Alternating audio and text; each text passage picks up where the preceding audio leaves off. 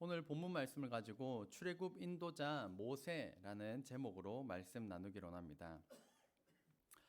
2002년의 한일 월드컵은 지금도 잊히지 않는 감격으로 남아 있습니다. 월드컵에서 한 번도 16강에 진출하지 못했던 대한민국 축구 대표팀이 4강까지 오르는 신화를 남긴 것입니다. 그때 경기에 뛰었던 선수들도 기억하지만 그 중에서도 거스 히딩크 감독을 떠올리지 않을 수 없습니다. 그는 월드컵 전까지만 하더라도 경기만 치르면 5대0으로 계속 졌습니다. 5대0, 5대0으로 계속 지니까 5대0 감독이다라는 치명적인 오명을 썼음에도 불구하고 포기하지 않고 감독으로서 최선을 다하여서 한국 축구의 월드컵 4강이라는 전무후무한 기록을 남겼습니다. 히딩크 감독의 유명한 그 인터뷰 어록 중 하나가 16강 달성 후 인터뷰에서 I'm still hungry라고 해서 나는 여전히 승리에 배고프다라는 말을 남겼습니다. 또 훈련 중에 일화로는 그 강도 높은 체력 훈련과 몸싸움 훈련이 있었습니다. 그래서 제가 기억할 때도 훈련하는 영상을 보면 선수들끼리 맨날 잡아 밀치고 어깨 싸움하고 맨날 잡아 당기고 밀치고 하는 거였는데, 이것이 기초적인 체력 훈련과 몸싸움이 바탕이 돼서 이 유럽 리그의 거친 몸싸움을 하는 그것과 경쟁을 했을 때 비등비등한 결과를 낳을 수 있었던 것이었습니다. 또 한국말에는 그 존댓말 문화가 있어서 경기 중에도 명보형, 명보씨, 막 이렇게 명보선수, 막 이렇게 뭔가를 높여서 불러야 되는 그것으로 인해서 선수들끼리 콜하는 게 너무 늦다라는 것을 발견을 하고 경기와 훈련 중에는 이름을 부르고 반말을 쓸 것을 이제 정했습니다. 그래서 나이 차이가 10살, 20살 나든지 상관없이 반말로 이름을 부르고 반말로 하도록 그것을 하였습니다. 그리고 그 선배 존중 문화가 존대 문화가 있어서 골대 앞에서 찬스가 났음에도 불구하고 고개를 한번 돌려서 선배가 옆에 있나 없나 확인을 하고 굳이 패스를 내어주는 이런 존대 문화로 인해서 경기가 뒤떨어진다라는 것을 알고 이 히딩크 감독이 그런 것들을 다 폐지하고 엎었습니다. 그래서 불필요한 문화를 없애고 나니까 이 경기력이 급상승하게 되었다는 것입니다. 이런 히딩크 감독의 보이지 않는 노력을 통해서 단순한 운이 아니라 실력으로서 월드컵 4강에 오를 수 있었습니다. 그만큼 한 사람의 역할이라고 하는 것은 매우 중요합니다.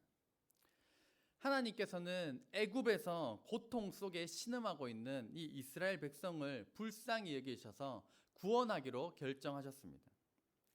400년이라는 긴 세월 동안 하나님께서 이스라엘 백성을 외면한 것처럼 느껴질 수 있었겠지만 하나님은 결코 자기 백성을 버리시는 분이 아니었습니다.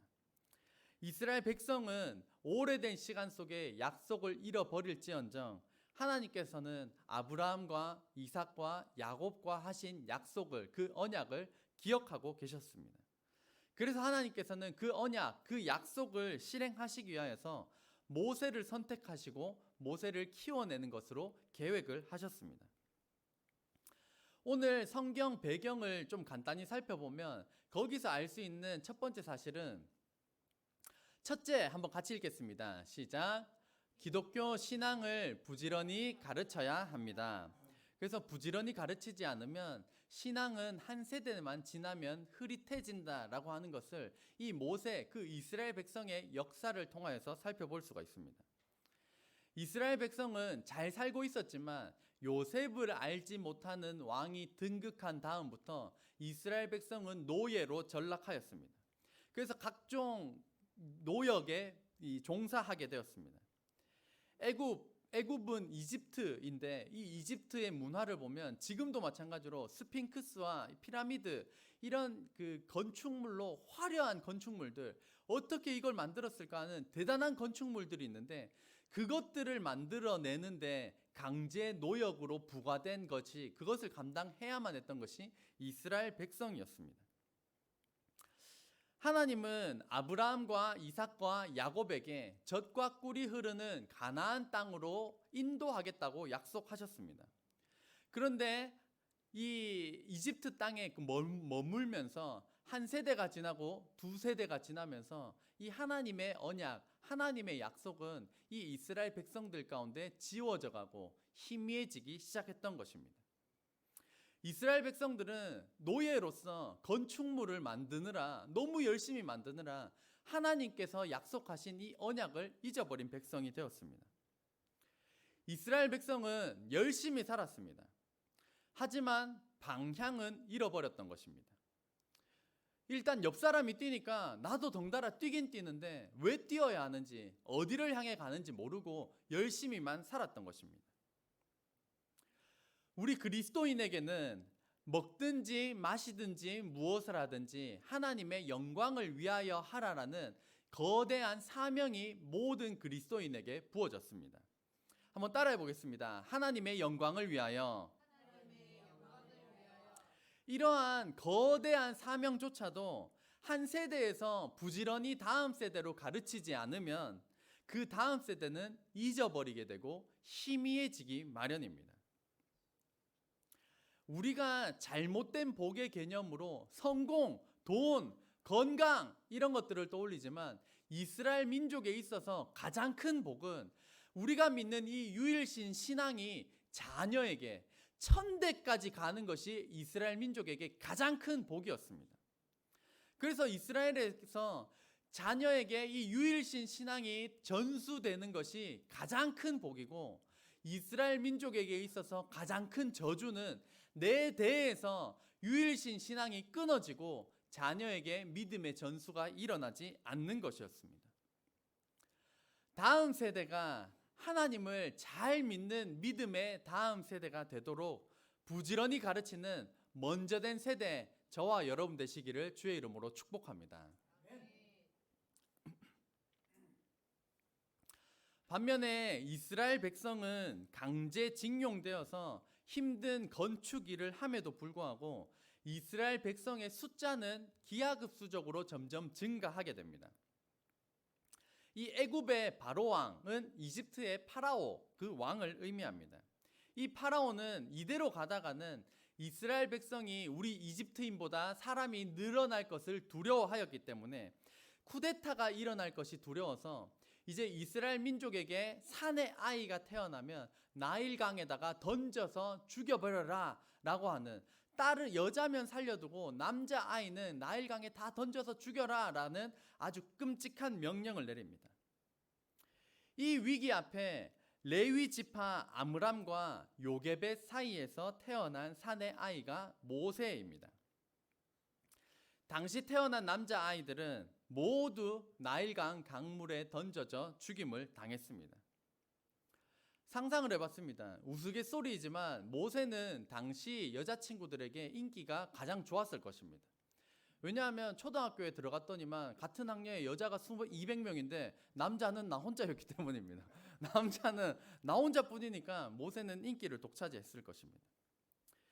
유머러스하게 표현한 것이긴 하지만 당시 민족에게는 지울 수 없는 뼈아픈 역사입니다. 3개월 동안은 아기 모세를 어떻게든 숨겼지만 더 이상 숨길 수가 없게 되어서 갈대 상자에 역청과 나무진을 발라서 완벽한 방수 작업을 마친 후에 이 상자가 물에 가라앉지 않도록 만든 후에 그 갈대 상자 안에다가 3개월 된 모세 아기를 넣습니다. 넣어서 파라오 왕의 딸이 목욕을 하러 오는 그 갈대 사이로 이 갈대 상자를 밀어 넣어서 왕의 딸에게 이 모세가 발견되었고, 피비린내 나는 그 역사 가운데서도 모세는 홀로 죽지 않고 이집트의 왕자로 성장하게 됩니다. 게다가 아기의 젖을 먹이려고 유모를 데리고 왔는데 그것이 모세의 친엄마 요게벳이었습니다. 그래서 요게벳은 자기 자식 젖을 먹이면서 돈 받고 자기 젖을 물린 유일한 사람입니다. 이후에 모세는 이집트의 왕자로서 40년 동안 문화와 언어, 무술과 전술 등 이 이집트 최고의 교육을 받았습니다. 하지만 생김새부터 피부색부터 이 이집트인과 달랐기 때문에 자신은 태생이 히브리인이라는 것을, 이스라엘 민족이라는 것을 알고 있었습니다. 그 히브리인의 이스라엘 민족의 정체성을 가지고 살고 있다가 어느 날 공사 현장에 갔는데 이 이집트인이 이스라엘 민족을 가혹하게 때리고 가혹하게 징계하는 것을 보고 그 혈기를 못 이겨서 모세는 그 이집트인을 쳐 죽이고 맙니다. 그리고 살인한 것이 드러나 그 후로는 이집트를 떠나 이집트 왕자에서 이집트를 떠나 도망자, 불황자의 인생을 살게 됩니다. 이 모세의 삶을 통하여서 알 수 있는 것은 둘째, 한번 같이 읽겠습니다. 시작. 하나님께서 사용하시는 사람은 조건이 상관없습니다. 출애굽기 3장 11절 12절 상반절 말씀을 보면 모세가 하나님께 아뢰되 내가 누구에게 바로에게 가며 이스라엘 자손을 애굽에서 인도하여 내리이까 하나님이 이르시되 내가 반드시 너와 함께 있으리라.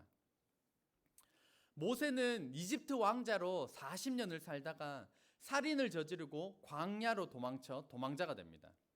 그래도 인생이 굶어 죽으라는 법이 없다고 이집트 왕자로서 갈고 닦은 무예가 기반이 되어서 한 여인들이 양떼에게 물을 먹이려고 하는데 목자들이 혼내고 쫓아서 보내는 것입니다. 그때 모세가 이집트 왕자로서 갈고 닦은 무예를 뽐내면서 이 여자들을 도와주었고 이 미디안 사람 이 십보라와 결혼을 하게 됩니다.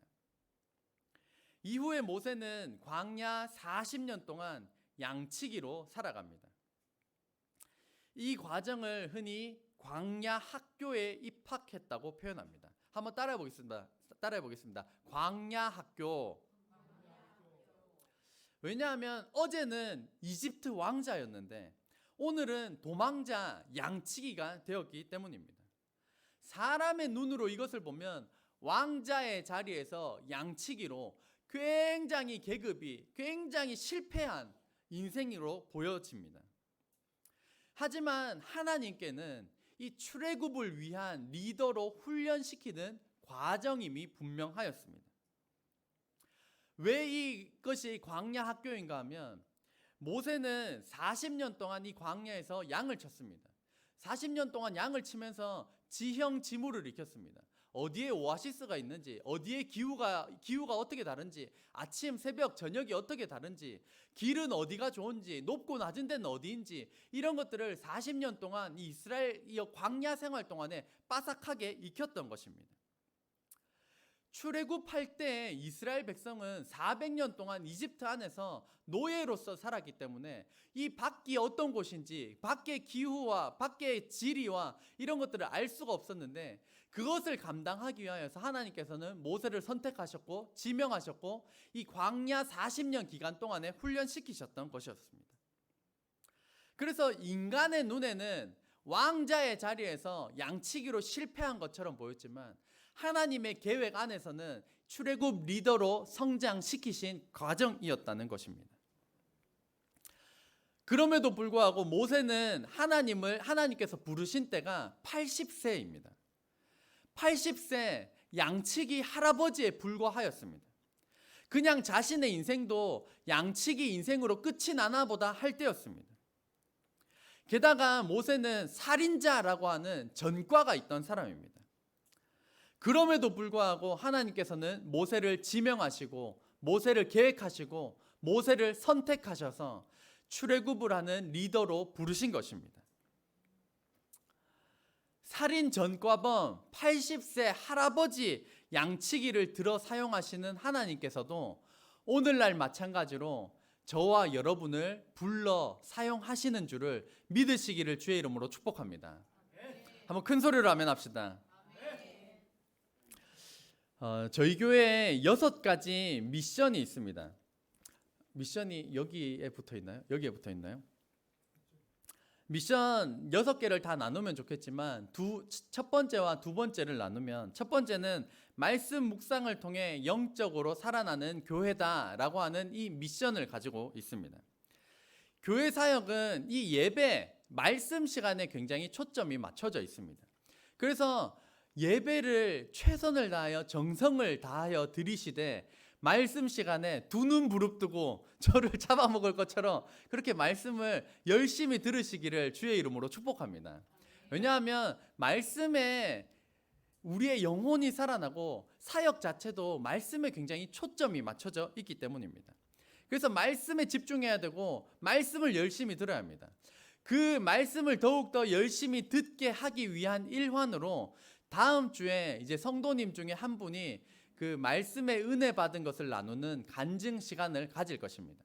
그래서 만약에 말씀 나누려고 하면 일단은 말씀을 잘 들어야 됩니다. 잘 들어야 나눌 게 있기 때문에 잘 들어야 나눌 수 있고, 그것을 나누면 나는 그렇게 못 느꼈는데 저 성도님은 저렇게 은혜 받고 계시는구나. 나는 그냥 예배 시간에 졸린데 저 성도님은 저렇게 열심히 은혜를 받고 계시는구나. 나도 열심히 예배를 드려야겠다.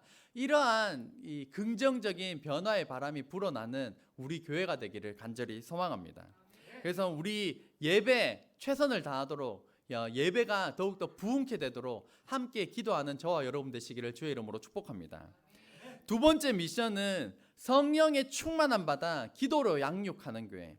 좀 다른 말로 우리 교회의 그 현재와 관련 지어보자면 수요 기도회를 통하여서 기도의 용사가 일어나는 것입니다. 수요 기도회를 통하여서 기도의 용사가 일어나는 것이 우리 교회 기도의 미션입니다.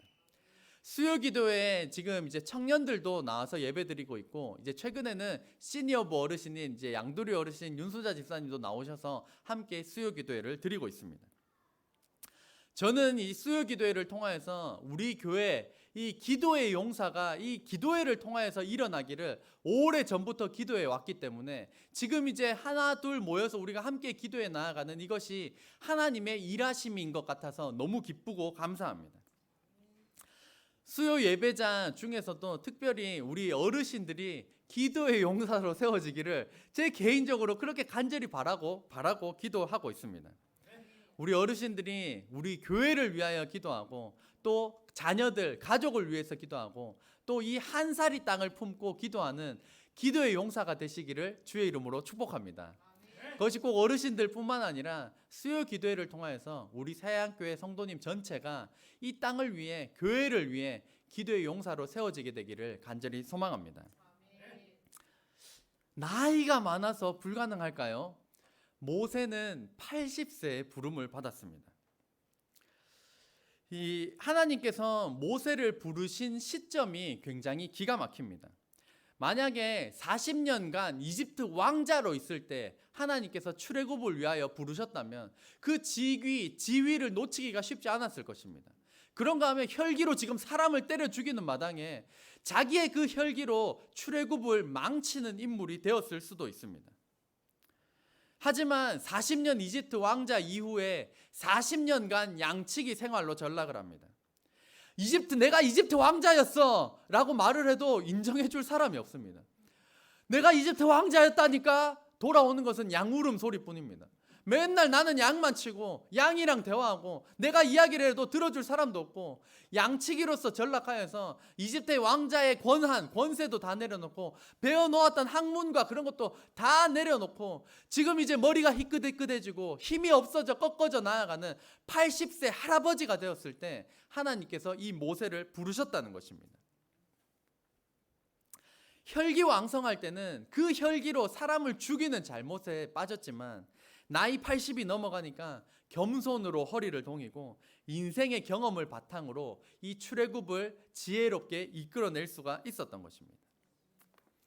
외국 속담 중에 훌륭한 사공은 폭풍 가운데 만들어진다라는 말이 있습니다. 잔잔한 바다만 유유히 즐기는 사공은 유능하기가 어렵습니다. 하지만 생사를 오고 가는 숱한 위험과 위기를 넘어선 사공은 그 경험을 바탕으로 훌륭한 실력을 겸비할 수 있게 되는 것입니다. 인생이 너무 평탄하다고 너무 좋아하지 마시길 바랍니다. 너무 평탄하다면 훌륭한 사공이 되기 어렵습니다. 반대로 인생이 너무 어렵다고 절망하지 마시기 바랍니다. 왜냐하면 그것은 훌륭한 사공의 밑거름이 되는 과정이 될 것이기 때문입니다. 하나님 안에서 이 교회와 복음을 위한 꿈을 꾸는 저와 여러분 되시기를 주의 이름으로 축복합니다.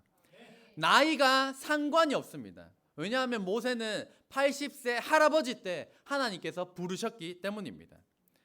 저마다 인생에 부끄러운 실패, 부끄러운 과거, 숨기고 싶은 것들이 있습니다. 그것조차도 하나님 앞에 상관이 없습니다.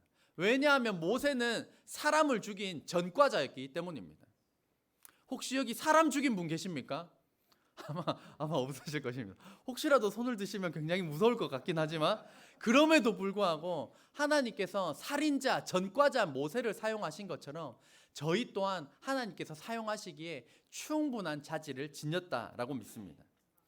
하나님께서는 하나님 안에서 교회와 복음을 위한 꿈을 주시고 그 꿈을 이루게 하십니다. 나는 안 된다, 나는 늦었다, 나는 별 볼 일 없다, 나는 무능력하다, 이런 생각을 버리시고 하나님께서 사용하시는 사람은 조건이 상관없음을 명심하여서 하나님께 귀하게 쓰임받는 저와 여러분 되시기를 주의 이름으로 축복합니다. 세 번째, 3번 같이 읽겠습니다. 시작. 역사의 주인공은 하나님이십니다.